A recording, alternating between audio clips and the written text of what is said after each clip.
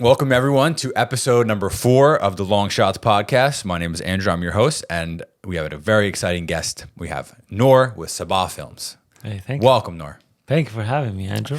Yeah, my pleasure. I'm very excited to have you here. The premise of the Long Shots podcast is creatives who are out here finding their way on their own. And for me personally, I was a long shot. I didn't think I was going to make it. One, in life on my own, just from where I came and my past and all that. And two, like in business and all that, you're your own worst critic. Sometimes you never think like I can do it on my own, For sure. Yeah. So we'll start off there. Like, let's talk about your journey into, because it's a podcast for creatives, so let's talk about your journey into, was it photography first or video first? Photography. All right. So tell me about your journey into photography, how you got inspired, how you found the camera. It's, so rewind back to like 12 or 13 years ago. I was in Saudi Arabia. Okay. I had just moved from Syria to Saudi Arabia. Originally from Syria? Yeah. Okay. And I lived in Syria till I was 16. I moved to Saudi. I was 16 for like 6 years, and then I came here. We just moved to Saudi. This is a complete new country. Everyone speaks the language, but different dialogue, different accents, and they look different. Like we don't wear like the thobe, like all white head to toe. They have the thing on their head. Yeah. Culture shock. I'm like, Dad, send us back to Syria. You were 16. I was 16. And those are like, high puberty years, and like you're figuring out who you are and all that stuff. So I didn't like it at all. Yeah. Like I was like, take us back. I want to go back. I don't want to be here. Yeah. Somewhere away from your suddenly, friends, everybody. everything you knew. Yeah. Everybody I That's knew, crazy. I grew up with, and just changed. They're like, whoop, we got business opportunity. He went to Saudi first. So it's for work, your dad. Yeah, he went for work, and then 2 years later, he's like, whoop, I guess I'll just move you all with me here. I'm Yeah. like, okay. I mean, back in the day, I couldn't say much. Yeah.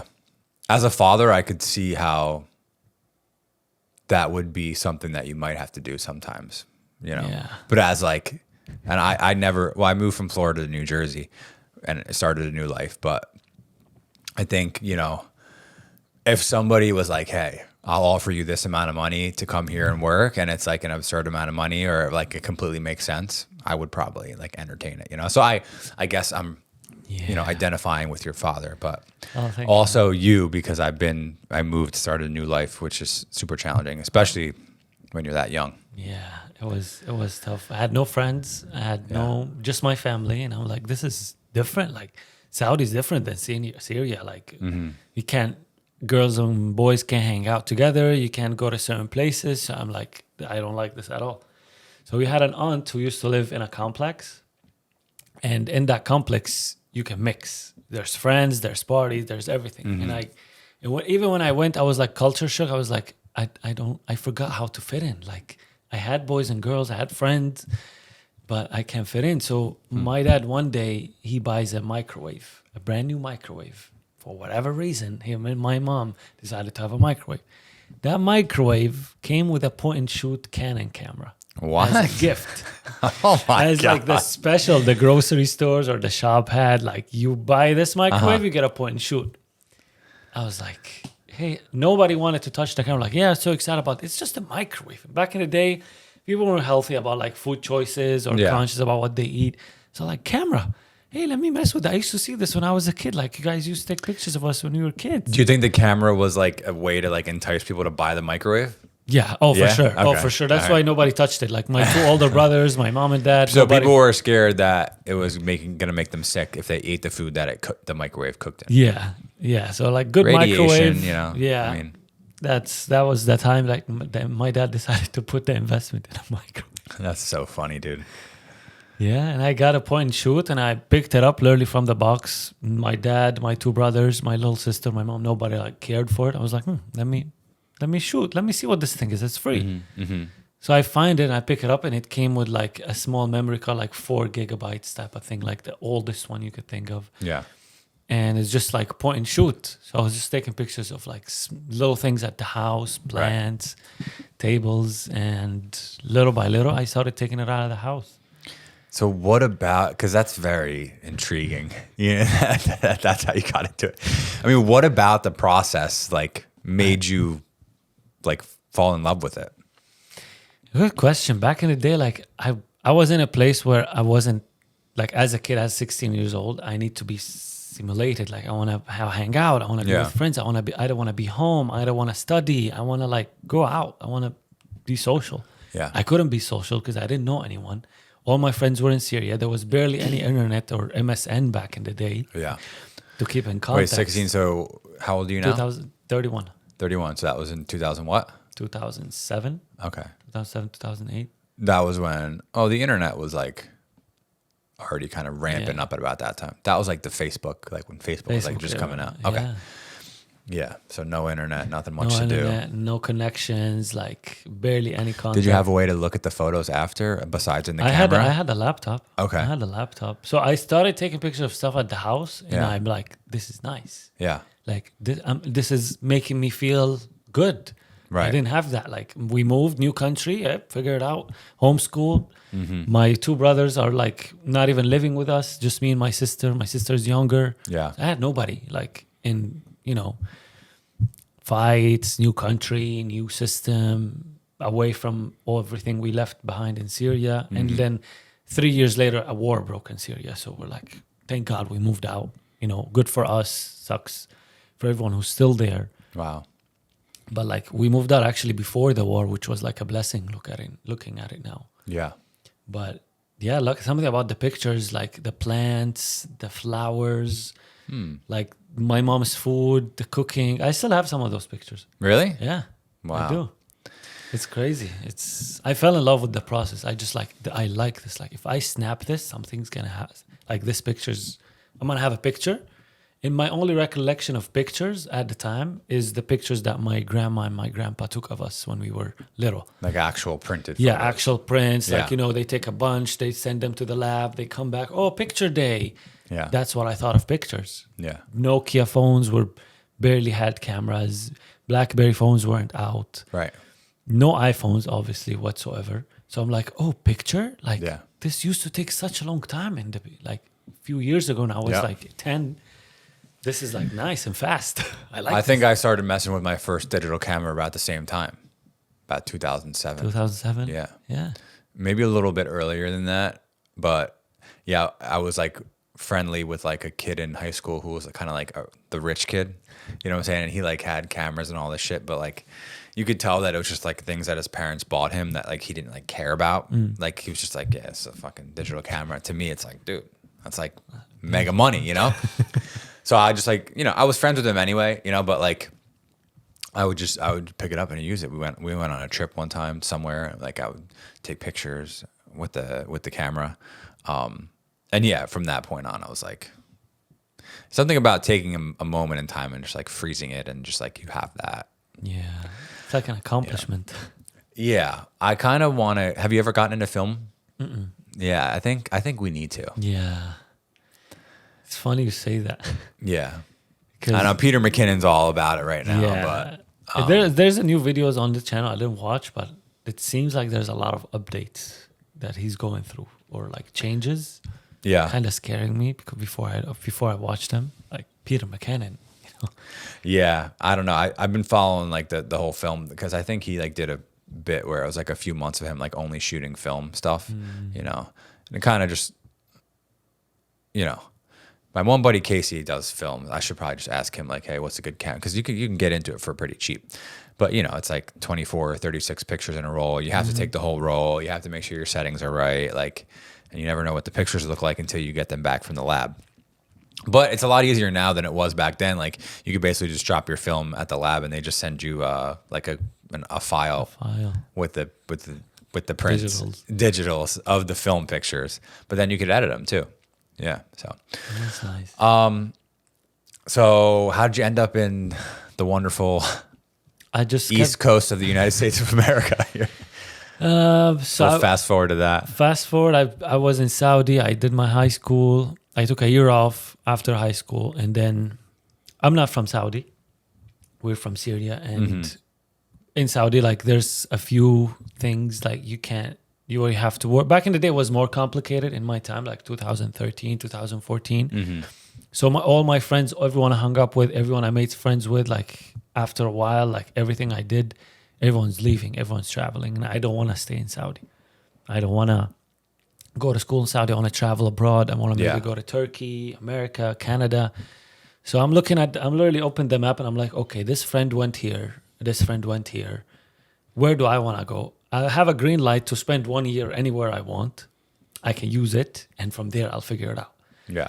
So out of Is that all a the visa, right? That's a visa, right? I got a student visa. Student visa, but year. like in terms of, no, the student visa is as long as you remain a student. Right. But in terms of budget, my dad, bless his soul, he's like, I'll support you for 1 year.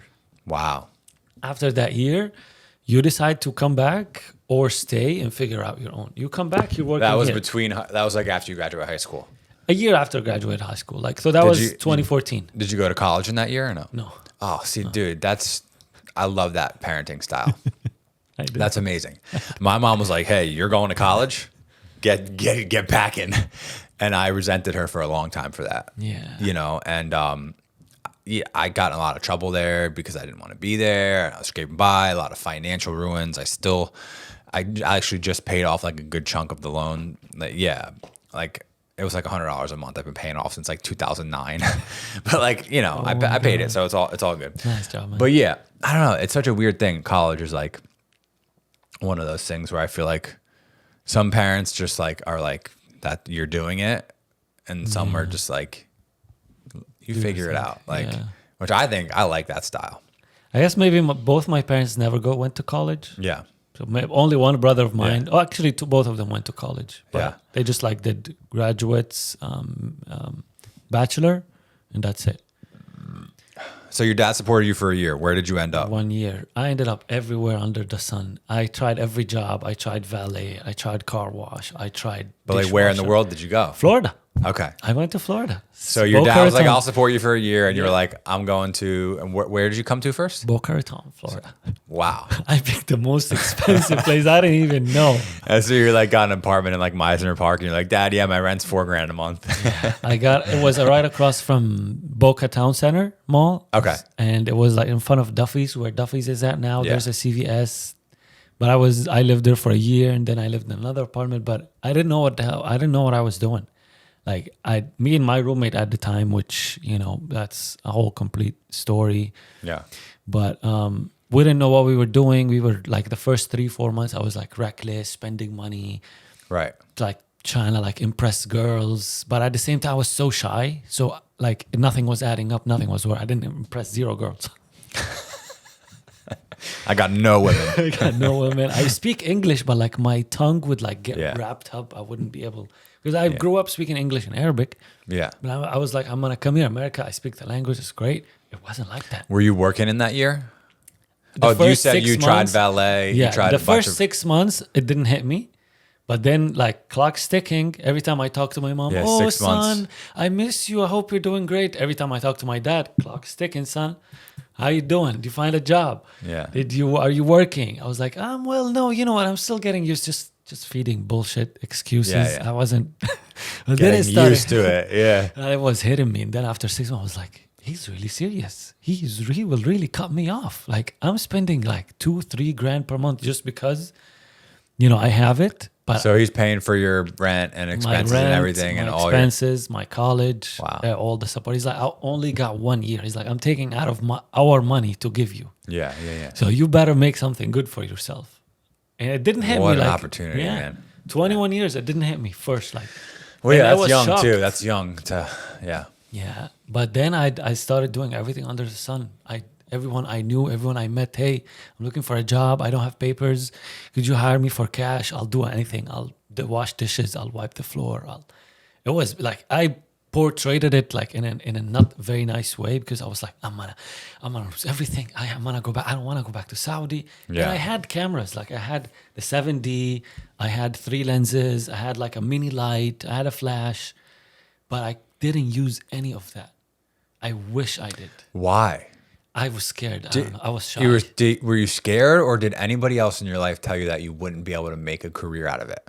That was the bigger factor. Yeah. Yeah, Same. I scared myself away because of what I heard people telling me. Yeah, you used to take pictures in Saudi and every single birthday party you go to and everywhere you go. Literally, I used to put Nour Sabbagh photography next to every picture and make sure that it's big, like people can see it. Yeah. Until like a year later, friends would tell me, "No, man, Nour, make it small. Don't make." I'm like, you better. There's no tag me, but you better put the entire picture. You can't crop. Yeah. So everyone would be like, I think you're gonna go to America and just become a fashion photographer and you're just gonna do your thing. And I didn't touch the camera. A matter of fact, for the first year, I didn't touch the camera, just collecting dots. So what was the job that you got that was comforting enough for your dad to be like, A server, okay, a server job. Yeah, it was. that's what I did It when I was my first moved down here. escape. I found. where do you work Direction. at the Cheesecake Factory over there? No, I worked at a pizzeria Okay. in Lake Worth. I worked at a Lebanese store. I worked for 3 days. They fired me after the 3 days because I worked lunch shift. And I made sandwiches for myself for lunch and dinner. And they're like, no. This guy eats too much. Yeah, I'm He's a like, I liability. need to save money, you know. That's great. That's yeah. what I did. Yeah. You also did a pizzeria. Yeah. Yeah. Yeah. When I moved down here, my parents paid for two weeks of my rent, and then I got that job like the second day, Nice. Yeah. making like $10 an hour, and I was there for You're like, a you don't year. got a year. You just got 2 weeks. You figure it out. Weeks, bro. Your ass is on fire. And you Yeah. got 2 weeks to figure it out. Yeah. For sure. All right. So when did you figure out that you can make money with photography? So I started doing like here and there gigs type of thing. I got comfortable with the serving. I'm like, okay, I can pick up this amount. Great of shifts. job to be able to hustle on the Yeah. side too. Rent wasn't as expensive as it is now. So I'm like, and I had Right. a roommate. I was like, okay, my car's cash. I don't got car payments. I'll make this much money. I'll work this much shift.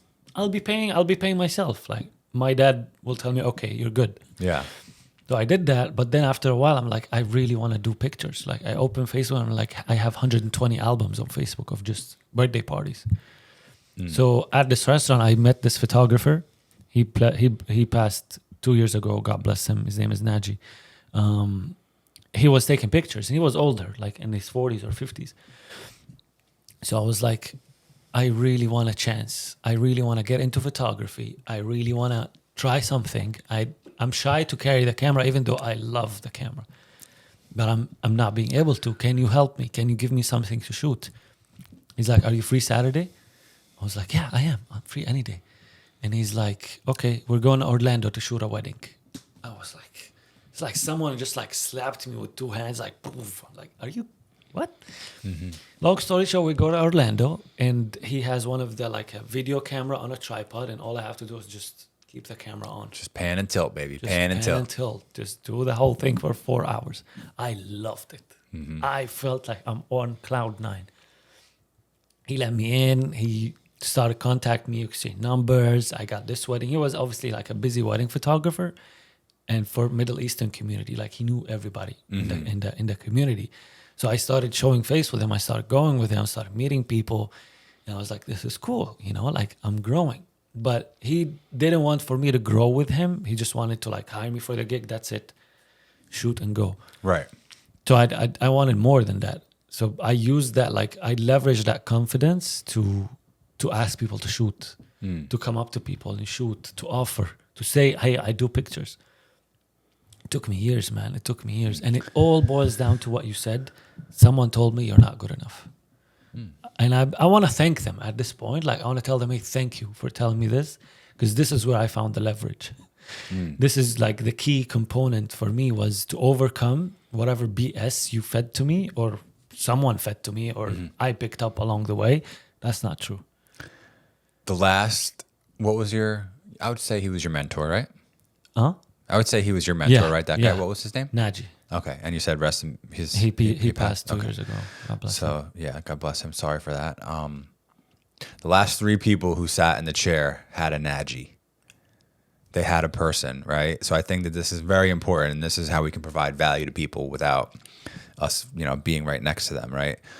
You have to find someone who can accelerate you in the direction that you want to go, in whatever aspect of life it is, whether it's like a coach or mentor or whatever it is, right? So like, it's funny, each person that sat there had that guy, whether it was a photo had a photo business or a video business, and they worked with them, under them, and like they catapulted them in the direction they wanted to go, you know?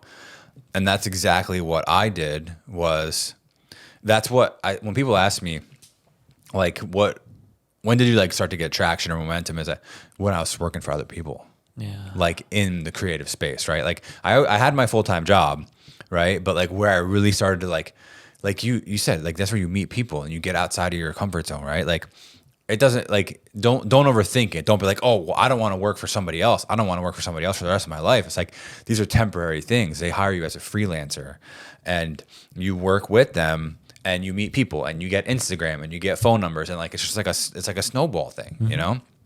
So when I started to do that, that's how you and I met. We met through Jairo, who was on the last episode, so you guys can watch that one too. You and I met through him doing exactly that.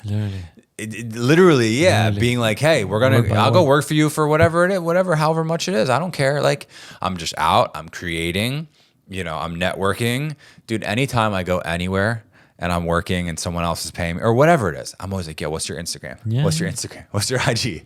And I'm just meeting everyone, you know? And then that one job that you had with this one person now turns into another job with somebody completely else, completely different.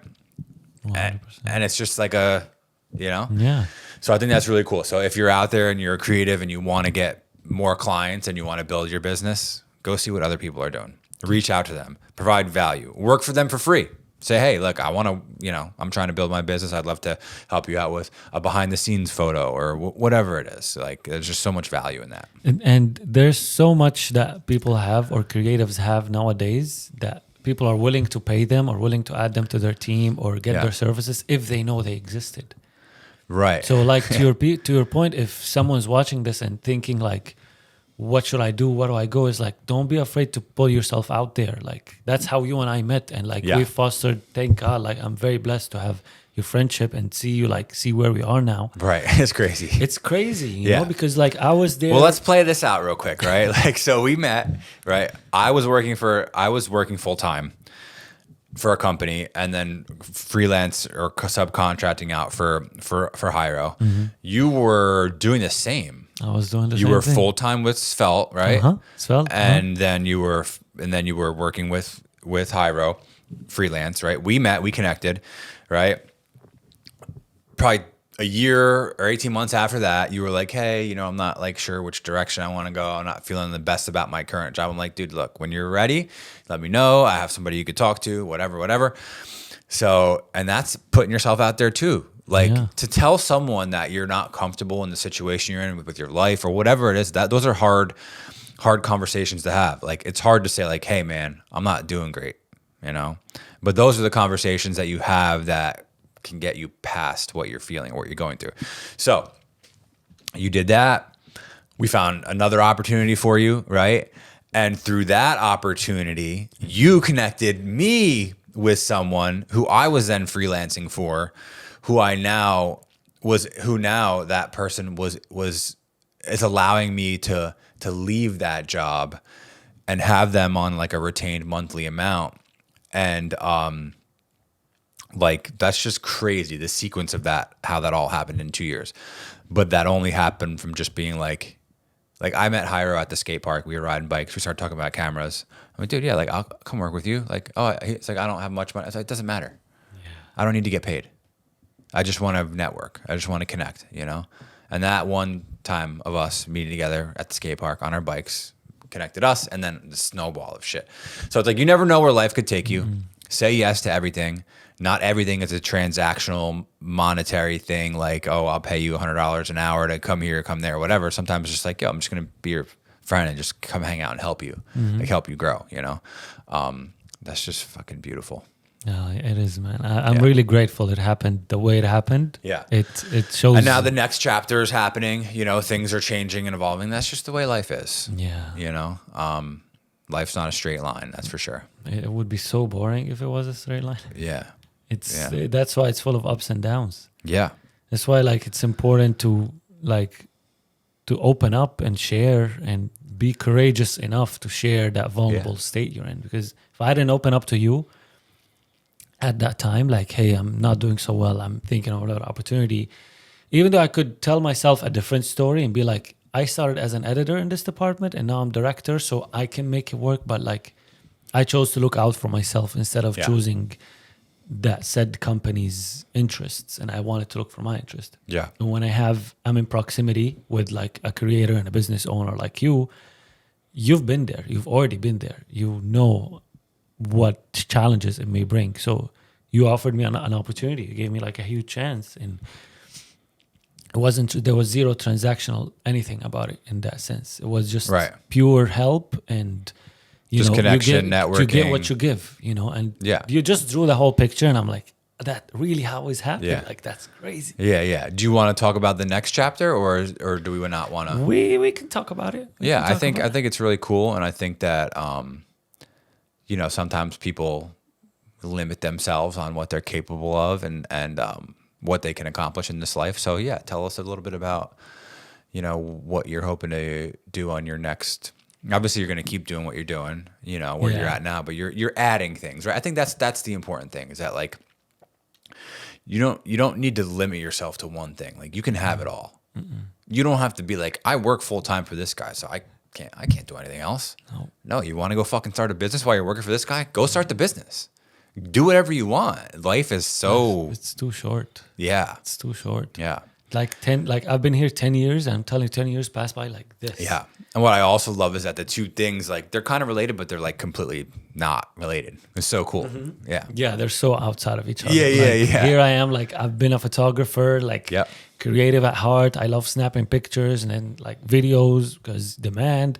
Yeah. And now and I love coffee. Like, I'm a person that loves coffee, and and that's the next direction I'm headed. I don't know how to put this in words.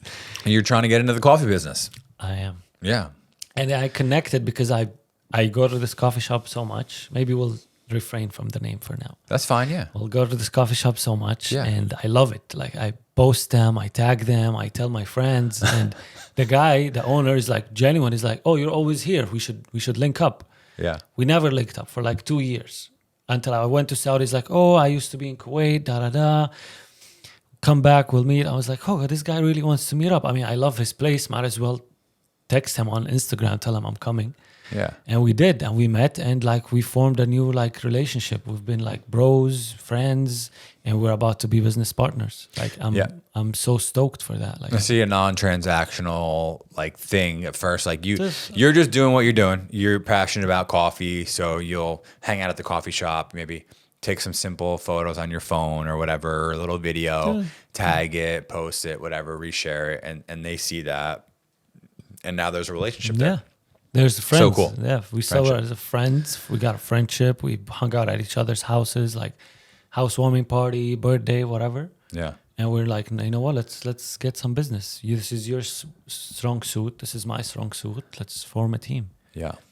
You can't. One hand. We have a saying in Arabic that goes, one hand cannot clap.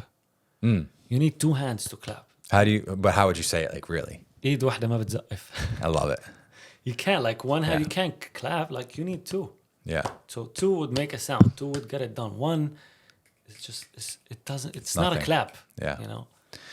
Yeah. Coach has a saying, no man is an island, no man goes alone. What I put into the lives of others comes back to my own.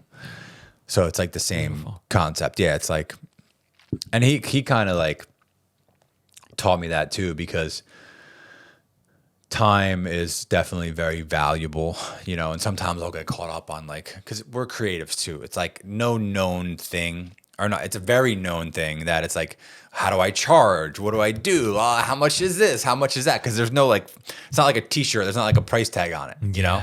Loophole. So, but sometimes I get so wrapped up in my head about all this, the pricing and all this. He'd be like, no man is an island. Just put something good into the lives of someone else, of something else, and it'll come back to you.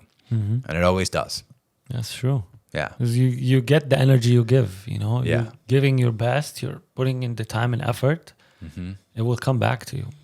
But be it money, be it connections, be it new relationships, it all falls down. If it all comes back to you. The journey to be a resident was I'm still not a citizen yet. I'll be in a year or two, but I'll Okay. tell you how I became a resident. Yeah. Is I came on a student visa, and after a while, I couldn't go back to Saudi because my passport expired. And then I wanted to renew my passport. There's no embassy here, right? Because Syria is not very friends with America. They Yeah. closed our embassy, so there's no embassy for me to renew my passport. Yeah. If they renew it back home, it will take forever to come here. So I'm like, oh, let me send it to Canada. Send it to Canada. They lost it for 1 year. I don't know where my passport is. It took me 8 years, nearly 8 years in total to go, from the time I moved to America to the time I went back and saw my family for the first time. Well, my dad wasn't there when I went back. I lost him. I couldn't go back. So That's a testament to persevering, yeah, it being patient. Yeah, it took me so much. It Yeah. was immigration stuff, paper stuff. If I leave, I can't come back. I don't have money to go and come back. Yeah. Like I'm barely affording rent, car, Yeah. and a little bit fun, and that's about it. Yeah. That's all I can do. Unless I get a gig and get paid like $200 per shoot. Wow, I made money Yeah. this week. Yeah. But it took a long no student visa, no papers, and then perks of being a Syrian at the time was the government was offering like a temporary protected status for Syrian people that would make you eligible for a work permit and social security. And I used to wish for those things. Like if I have a social security, I wouldn't need to drag my feet to go to work or work like odd jobs. I'll probably Yeah. get like a decent job. Probably get insurance. Like that would be so nice to have insurance. I don't Yeah. want to pay on insurance. But there's a whole ride that was there, man. Like Yeah. I've been through it. I've been through a lot. Yeah, you have. And now you're around some like high performing, It's a blessing. high net worth individuals, every day creating content. And It's a blessing. give us something that you've picked up from being around, I don't know, little maybe tips and tricks or mindset stuff, or give us something. I got you. Because I you're got- exposed, I got- Once you're exposed, you can never be unexposed. That's what they say, right? The law of exposure. Well, huh? exposure states. Once you're exposed, you can never be unexposed.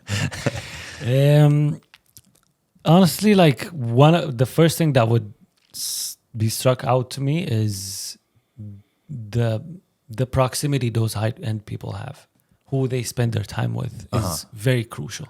Okay. Like they don't waste time on something negative or something that doesn't fuel them and who they really are. Like they pick and choose their conversations. They pick and choose the people that they surround themselves with. For whatever reason, like your regular Joe could call it, like they made themselves into there.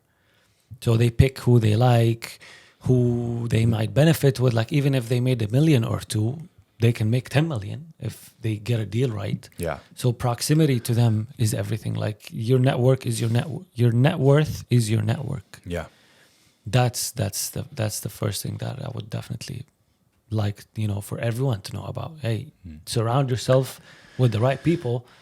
You will be one of the right people. Surround Yeah. yourself with 5 idiots. So many people say that, and you see it. It's like one of those like reels that you always see on Instagram. But I don't know. I feel like once you like actually experience it, you understand I can totally how see important why. it is. I can totally see why. Because if people would see that every day, be like, yeah, that's bullshit. Like I see that every time everyone says it, but like close your eyes and really imagine yourself with like some of the top people you want to be around with. Wouldn't your personality change? Wouldn't Yeah. your tone change? Wouldn't the way you talk about yourself change, or how you present yourself change? Heck yeah, it will. Yeah. So like, It's funny if you hang around someone long enough, you start to say things that they say. that's true. I see that all the time. That's true. Yeah. I agree. That's funny. Yeah, man. Yeah, proximity. I think. Yeah, and also I think it comes with age, in a strange way. Like I feel like when I was in like my early 20s and stuff like that, like I kind of like lived on like the drama and like the craziness and like the unmanageability and all that stuff. But as you get older, we're in our 30s now. Like you realize that if someone or something isn't serving you in a positive way or pushing you in the direction that you want to go, like whether it's life, business, career, whatever it is, like there's just no, No. there's no sense in spending the time on it, you know? Yeah, and also like I wish someone would tell me this stuff when I was in my 20s. Like Yeah. I didn't seek it. They may Maybe I have didn't see- told you, but Yeah. you just got the blinders. Blah. Yeah, like, all right, buddy. Yeah. Yeah, there's no and there's maybe that's part of the system. Maybe that's part of we were raised. Yeah. There's so many like fingers and things to point the fingers at. Yeah. You know, but it's like all here. You know, Yeah. if I would see something and think of it as value, I will remember it. Like I will mention it to someone else or like bring it up to someone. If I have a question, I'll ask someone who's reliable. Like it's all about like the sum of the 5 people you surround yourself with. Give us another thing. Give us a dig deep. So what are some other habits of some this is a highly good one. successful people that you've been around? Oh, that's a very good one. Because habits are like literally what shapes us. They don't fucking sit around and smoke cigarettes or fucking, what do they do? What are they doing all the time? How do they have the edge? So iron sharpens iron, right? They wake up and feel, and say, I'm the motherfucker top of this world. This is mine. Like I'm my own today. They talk to themselves really nicely, which is I feel guilty of. I sometimes talk myself down or pity talk or hate talk or like bitch ass hater voice lingers here and there. Isn't it crazy how much that affects you? That ruins you. That to some people it ruins them. That goes back to the proximity thing. When people start doing that shit, like I'm just like I'm not gonna be around you if you're gonna talk bad about yourself. What's the word? It's Infectious energy. infectious? Yeah. I forgot the word. So they wake up and they The mantra is, you ready? Yeah. You win the morning, you win the day. They don't wake up and open Instagram and who liked and who scrolled and who did this. Yeah. They don't wake up and look at emails. Their employees might, right? The employee of that company might open up the phone and check Instagram and check the phone app. But like founders, CEOs, like highly curated people, they already won the day within an hour of the time they're awake. No phone time, no screen time, just self-focus. what are they doing within that hour? They meditate, they journal. I know it might be too cliche, but it works. It works. I do that. They meditate, Well, they try journal, to. they work out, and they try cold plunge. As shitty as it sounds, the art of it is just like literally you master your mind. Yeah. Because your mind is always feeding you like BS. It's always telling you, don't do this, don't do that. Hey, that's enough, don't do more. It's like trying to protect you, trying to like preserve you. But preserve me for what? I want to live. I want to enjoy. Yeah. I want to like really enjoy my day and have that type of thing. So when they perform at a high level, is that before they already came to the room, before they already made their first meeting or business call, they're already vibrating like up here. They did their homework, they upped themselves, they talk to themselves nice. So they bring up their own energy. They're not waiting for someone. When you to say they, are you including yourself? of course. Fuck yeah. Okay. I should have rephrased that. No. Do you meditate in the morning? I do. I started. I've been meditating. Because of who you work with. Yes. I I like changed that. a lot of things in me. I like that. And no matter ups and downs and things, but like when I'm thinking, reflecting back to myself, Yeah. I learned so much. Yeah. So I have 2 kids and they wake up early, so I have to wake up earlier than them. I have to be fierce to be able to provide. And I have to wake up early and I have to like I'll do meditation at least 3-4 days a week. It's like 15 to 20 minutes like getting my day straight, and then I have this it's called the 5-minute journal.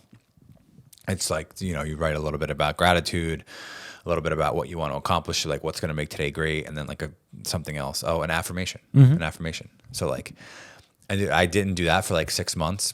I put it down, I picked it back up, and I looked at what I was writing in the previous months, and everything was like, I'm self-employed. I move when and where I want. I'm taking care of my body and putting my mind first. All this shit that all came true. Wow. It fucking blew my mind. That's powerful. So I'm like, I got to start writing again. Oh yeah. You know? Oh yeah. You can't stop. Yeah. It only goes bigger from here. Those are such simple little small things that make a big difference. I just wish I did it sooner, but It's fine. You did it. You did it now. You did it now. anyway. Yeah. And it's sooner or I mean, later. even meditating is like, it's like Meditating can be so awkward for people that don't know how to meditate. Yeah, 'Cause tell me how. Okay, I'm gonna sit and close my eyes, and then what? Something's gonna come to me. I'm gonna get $1 million. No. No. Well, tell me. Okay, let's talk about, because this is great. Let's talk about this. Tell me about your routine, right? Tell me about what you do and how you do it. And then tell me a little bit about like why you do it, what you hope to get from. Meditation. Yeah. So I used to be one of those people like, what is meditating gonna do? Am I just gonna sit and close my eyes? That's why I mimic myself. Right. But I've seen so many people do it, and this guy that I work with, he does it like religiously for an hour at least. And he goes, so he does it his own way. He does it like. I want to know what you do. So what I do 4 things in my meditation. First, I surrender to God. I'm like, God, I'm a slave for you. I'm a slave. You are, I surrender to my God or my higher power, and I talk and I like affirm that You say a prayer. I'm a believer. I say a prayer. Yeah. And then I say what I want from God or what I want God to help me achieve. Okay. That's second. Be it help me buy a house to my mom, help me have a better life, help me like filter my thoughts, anything that comes to me. Sometimes I repeat the same stuff. Sometimes I like things will come to me like flashbacks or memories or something, and I'll repeat it. Third is what my family wants from me. How can I like help my family? How can I be there for my family? Okay. Because it's so powerful to me that my dad took out of our money to send me to America. And today, I'm very fortunate to have been able to go in Saudi and come back, but also I support my family. They have 2 of my credit cards, one for groceries, one for restaurants. Wow. And that gives me an immense amount of joy that Oh, yeah, I Mom can imagine. buy groceries from me. Mom, go take my brothers and treat them to a nice meal. Yeah. It's on her Apple Pay. It's on her fingertips. She tells me that now she shows off like, hey, I'm the only one that's paying with Apple Pay. Everyone else is paying in cash. Like, are you kidding me? Like, Yeah. what a gift. That's immense amount of gratitude inside me, Yeah. especially in that third part because it's family. Yeah. Like I sacrificed 8 years without seeing my family. People crazy. here, they have like you said, some people here are spoiled. Like I'm in Boca, but my mom, I haven't seen my mom in a month. Well, excuse me, where's your mom? Miami. Yeah. I cry, bro. I come back home and I cry. I'm like, what if my mom was here in Miami, bro? I would go every weekend. I would just hang out with my mom. Like I don't have that luxury. So I like the narration of the meditation and how it happens. Tell me more. Like, I want to get really granular here, because maybe somebody might want to, and I'll tell you how I do it too. Maybe somebody might want to start experimenting with this because it has benefits, right? Do you do it first thing in the morning? For either that or journaling. I would journal and then meditate, or meditate and then journal. Right. Okay. So first thing when you wake up, right? Do you like listen to music? Do you close your eyes? Do you do headphones? Like what? I close my eyes. Okay. And sometimes I play like music, like just instruments. Like ambient sound. Ambient sound, something to fill the background. Yep. Something else. Sometimes just keep the white noise machine. Yep. Sometimes nothing. Okay. It depends. There's no right or wrong. It just and how depends long on do you normally? 15, 20 minutes. Yeah. See, I'm like a beginner, definitely. Yeah. I'm like maybe like 6 months into my journey. And like this morning I went like 18 minutes and I was like, whoa, that was long. Yeah. Cause like normally I sometimes I find it hard to get comfortable, and like I'll start like moving and then I'm just like, oh fuck. But then I'm like, okay, like don't beat yourself up over it. But I think like, yeah, like I'll wake up in the morning, literally first thing, just like get hydrated first and then go right into a meditation. Right. So like I'll have like either water or like the electrolyte packets with the salt. Nice. And then I use the Calm app, which was great. It's like $60 or $70 for the year. And it's got like, for a beginner, it's really great because it has guided stuff. Like it can do like a 10-minute little guided meditation where they tell you kind of like how to, breathe and stuff like that. Or I like doing like, they have just a playlist of like music, Nice. And like I just focus on breath, because like that's like the first important thing. Like when you wake up in the morning, oxygenate your body, right? And then like after I get a couple of good breaths in, I'll just kind of just sit and kind of see where my mind goes. I think for me, like one of the greatest benefits is just to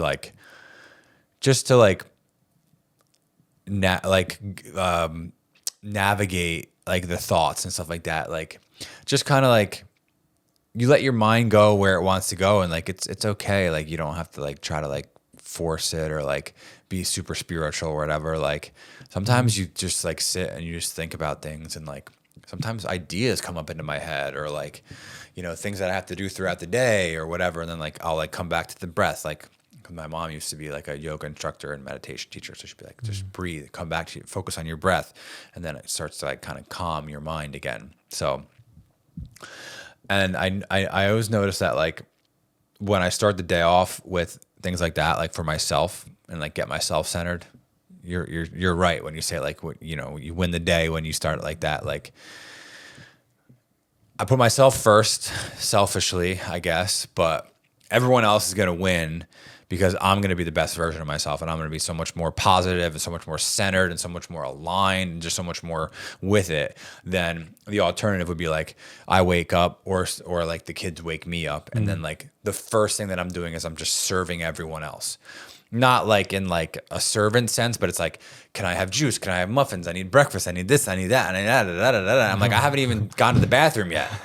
You know what I'm saying? Like when I wake up and I start my day like that, I just feel off. Yeah. So like, you know, Jen sometimes is always like, oh, you wake up early. This, you know, but I'm like, I have to wake up and put myself first to be the best version of myself. That's what it boils down to. Is that you're doing it for yourself, but it's actually making you like over pour for everyone else. Exactly. Yeah. That's a gift. That's a huge gift. Yeah. Okay, so winning the morning, proximity. Let's go for one more, and then we'll wrap up. Give us the trifecta of things you see people doing who are performing at a high level. Oh, this is a good one. Oh, I keep digging. I'm going to find more. Yeah. Speed. Mm-hmm. Love Success rewards speed. Yeah, I love this. You just get things done. Yeah. You set something out to do, they do it. They hire someone, they outsource, they get it done, they rely on a connection, on a friend, they get it done. It has to get done. Mm-hmm. There's no delays. They'll give you shit, or like they'll tell you, hey, what happened with this, what happened with that, because they know if the people who serve them or the people that work with them or on their team or know that if they set their mind onto something, it has to get done. Yeah. There's no way around it. And the faster it gets done, I'm not talking about like the faster a week. I mean, it depends obviously on the subject matter, but if it can be done in an hour and it's not done in an hour, it took like half a day, that doesn't pass. Yeah. That shouldn't be like that. So success rewards speed. If the audience is listening, you need to take action now. I love that. Make that connection. I'm going to give you an exact example of something that happened in my mind was success reward speed, right? Okay. So the computer that I have actually belongs to the company, right? And we're like, I'm still going to work for them. Right. But I'm not going to be like a full-time employee. So they're taking all their stuff back. Totally fine. Whatever. I found out yesterday. I'm like, okay, so I got to get a computer. It's not a big fucking deal. Just go online and buy a computer, you know? Right.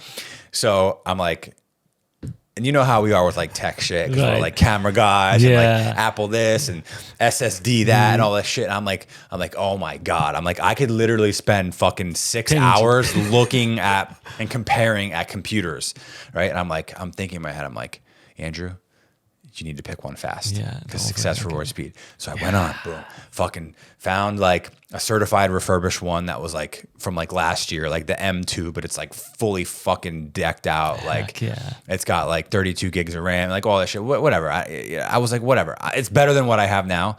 And I just need to do it because I know that if I start thinking about it, I'm going to like start watching reviews and like asking questions and start blah, blah, blah. And I'm like, fuck it. I just ordered it, right? And I just got a text. This was yesterday. And then I just got the text. It's sitting outside the front door right now. Let's go. You know what I'm saying? So there's a situation where I could have spent hours on just figuring out what to get.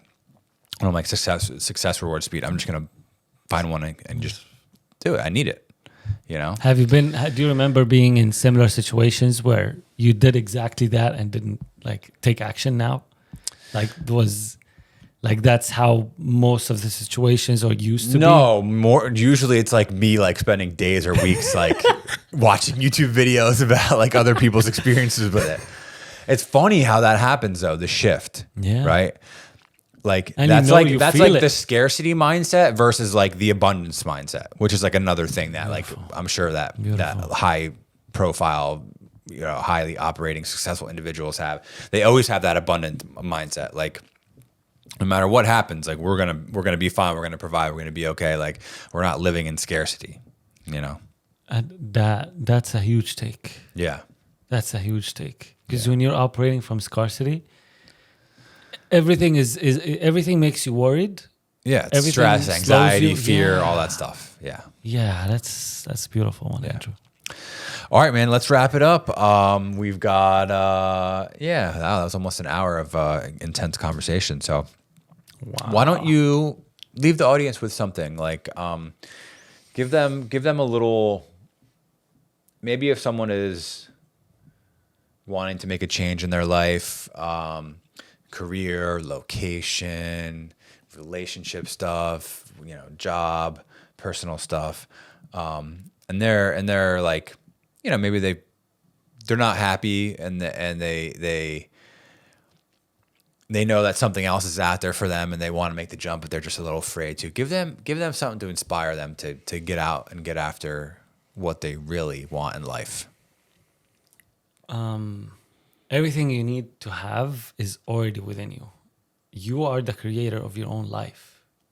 If you want something, you really want something, like you desire it, or if you don't even know what that thing is, or where you are right now is not for you, just take action. Like just put a step forward. Take it one step at a time, one day at a time. And just, I don't know how I'm going to word this back, but I wish I believed in myself more when I first came here. I wish I took that action sooner. I wish I networked more. Like I'm not like pointing fingers at anybody. I'm just me. Yeah. Like I'm the chokehold of my own growth. Right. If I didn't reach out to Andrew and say, Andrew, I'm really not liking this. I need a change. Andrew wouldn't have told me I might have something for you, because I opened up and shared. Yeah. And put it out in the world. It rewarded me almost the next day. Like I was blessed. I was over the roof. So, believe in yourself. But just believe. It's you cliche. can do it. Yeah. It is cliche, but Believe in yourself. You can do it. But also remember to get vulnerable. Put yourself out there. And what you put into the lives of others will come back into its own. And the last thing, if you have to apologize for being vulnerable, you're with the wrong circle. There we go. Leave. All right. Now. All right, everyone. Thank you. Let's go.